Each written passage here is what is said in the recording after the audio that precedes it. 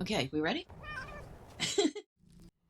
Well, good morning. I hope you're doing well. We are back in Middle Earth, and we are in Caras Galadhon, where Galadriel has taken care of Nona after the wound she received from the Nazgul. Or maybe it was not the Nazgul, fortunately. You have journeyed far and have come very close to death and sadness. Yet you still skirt the gravest danger and come safely through the other side. I hope that our mutual friends fare as well. I told you earlier I had nothing to do with your dreams, and this was true. But when you described your visions to me, I did not tell you everything I suspected. It seemed clear to me that your paths must cross one of the nine. I believed the girl would die. And yet, unbelievably, she did not. Either through your own actions or hers, you both escaped the clutches of the Nazgul. And either through curious good fortune, or powers unknown to me, our mutual friends seem to have outdistanced its pursuit. But there is no rest for we who worry for their safety. The Nazgul is not the last danger they will face. They, and you, are not free of evil's clutches just yet. Rest for a time, but not for long. There are plans to be made, Medrielle. We will speak again, and soon. All right. So we have finished talking to her about that, and as a reward, we receive the Caras Galadhon mirror, which is a furniture yard or mobile yard ornament. Now, we need to go. It is nearly time for you to depart again. Within the woods of Lorien, guests of Lord Celeborn can recover from their hurts and the toils of a long road. It is my hope this reprieve was of use to you, Medriel. In these dark days, no time of rest is as long as we might wish it to be. It is nearly time for you to depart again. With one motion of a lovely arm, Galadriel directs your gaze to the flets that cling to the bole of the tree. Nona has made as full recovery as she could have, and a greater one than I expected of her. She is waiting for you at the ladder down from these flats. I have made it known that it is my will she be permitted free movement within the hedges of Caras Galadhon. Show her the city of the Galadrim, Medriel.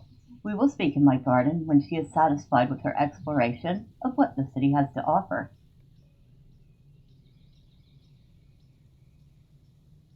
I have seen fires burning Now, in the fields of Rohan.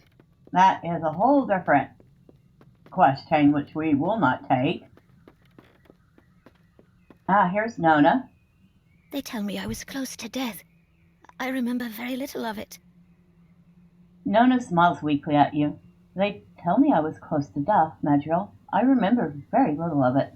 I remember a creeping shadow and a chill cold as ice, and her eyes narrow. The men of that town would not heal me unless they gave them my sword, but you spoke against it, and so did that man. What was his name? Horn? I should thank him for that kindness, even though he is of the horse folk, and we should not trust him too far. The lady of the elf woods told me I could see her city before we departed, if I were well enough. I tell you I am. The place is a marvel, though my own people would not wish to live here. Bring me to some of the notable locations of the city, Medriel. We have some time before we must depart, do we not? So we need to talk to a couple different people and show her the sights. Alright, so let's head down.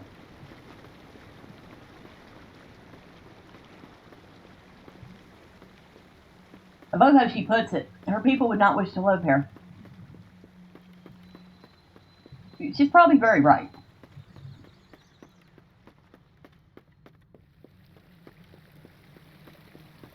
Well, this is certainly one place she would wish to see. The fountain.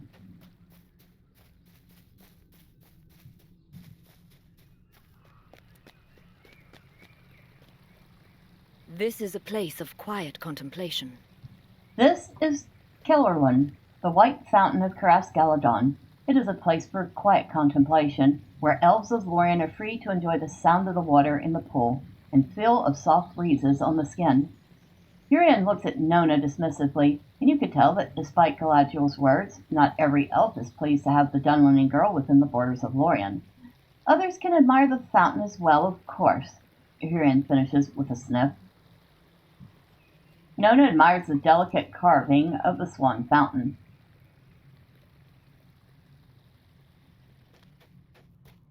Alright, so we got two more to talk to. And I think one of them is up here.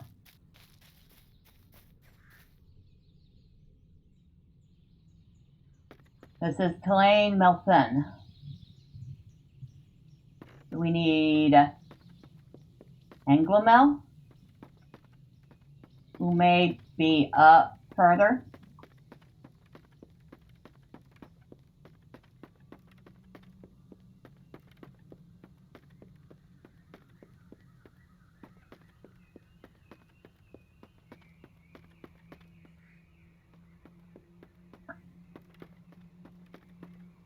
I'm getting stuck. We see so few visitors to Caras Galadhon. I am sorry. We see so few visitors to Caras Galadhon that our hospitality is perhaps not what it should be. It must be a very confusing place with flats built on multiple levels of the Great Malern, with winding stairs and bridges crossing the breezy gaps. Anglamel laughs, a delicate musical sound. You catch Nona's brief scowl at the airy tones, but Anglamel does not. I have heard it said Caras Galadhon is as maze-like as the cities of the dwarves, but if this slander is true, at least our maze is above the ground, lit by the glow of the sun and cool glimmer of the stars. I would forgive any amount of confusion for those dual boons. Nona looks out into the void between flats and says nothing.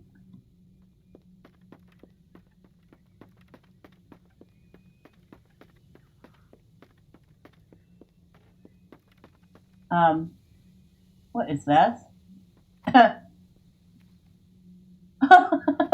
Well, that was a long ago quest that I never finished. Someday I'll find the 5th windblown page, right?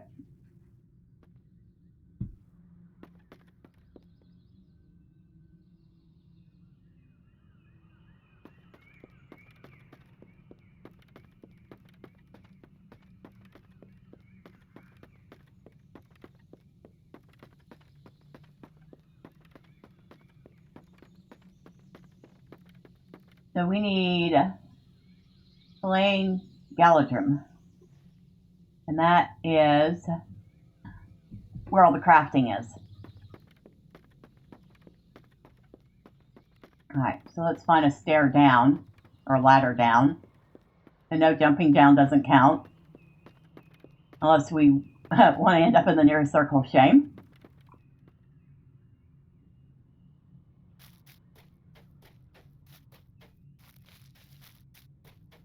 Outsider though you are welcome in our city of trees.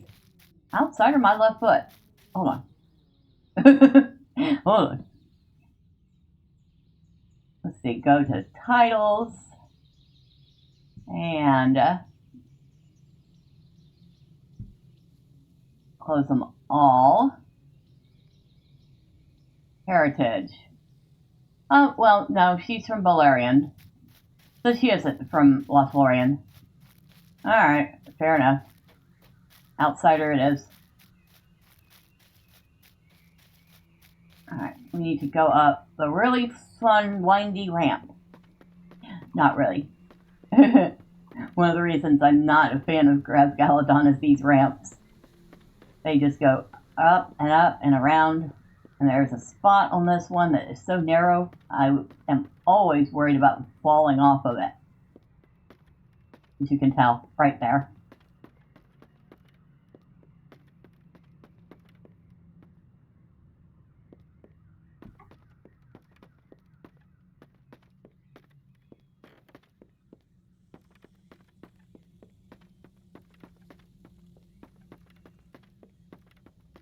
And you must be the elf I need to talk to. Yep. The Malon trees of Lothlorien are the mightiest to be found anywhere. It was once not so, but the passage of time and the spreading of darkness has caused much that was once great to wither and diminish. So it would be with the elves were we to stay. Already, we have stayed too long. Ludros looks sideways at Nona, but she seems not to notice. It will soon be the time of man, and who can say how long that race will deal with the challenges that lie ahead. These Malern support the Tulane Galadrim, the flets on which much of the work in our city is done. Without them, little could be accomplished. I hope the same will not be said of the elves when we have departed. Nona observes the mighty Malern trees, but says nothing.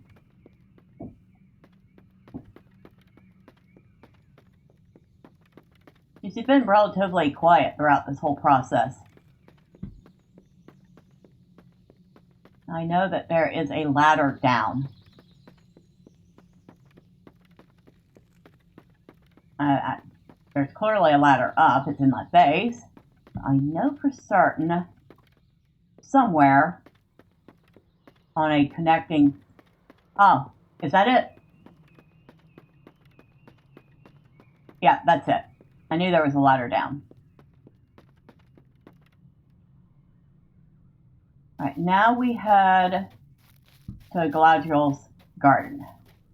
And while we're there, we'll take a look at the gazing mirror that we got from that last quest, because it's pretty much the same as the one in the garden.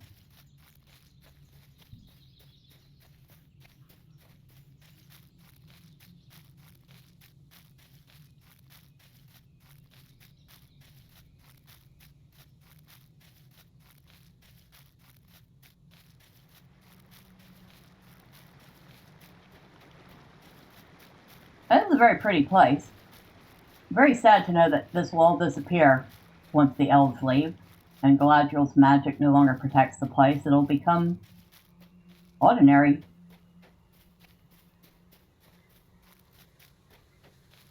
Where is her garden?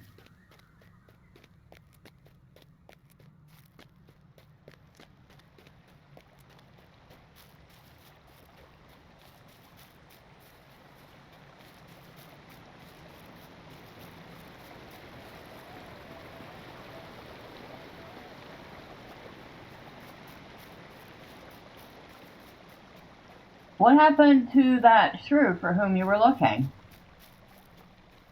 Don't know.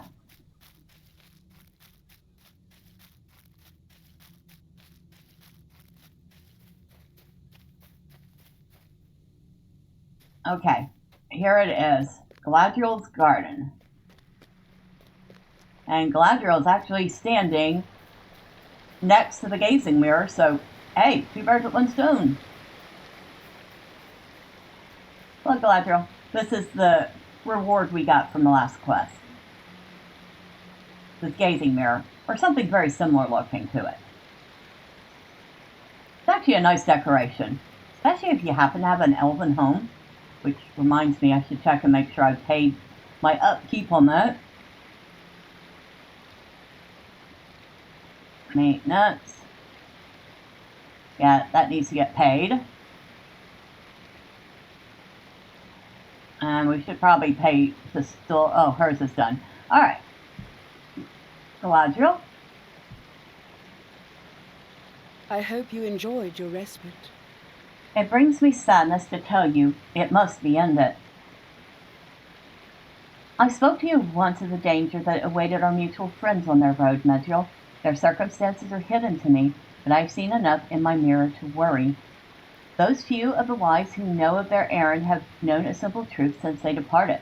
As they move further south, they move closer to a point of decision they can delay but not avoid. They cannot leave the great river without making this decision. Do they continue south and east to Mordor, or do they pass through cities of men and thereby take a longer road to the fire? The ring-bearer must go to Mordor, but who will choose to go with him? I fear for the company, Medrielle. Peer into my mirror and see if the visions for you are as troubling as they are for Galadriel. Alright, so we need to look into her mirror. And the time has come for Frodo to make an important decision. Okay. This is a session play where we play as Frodo Baggins. Alright, So that is where we're going to leave that off. And there's a shortened account of it, but we prefer to do the actual session play. And we will do that next time. Until then, bye for now.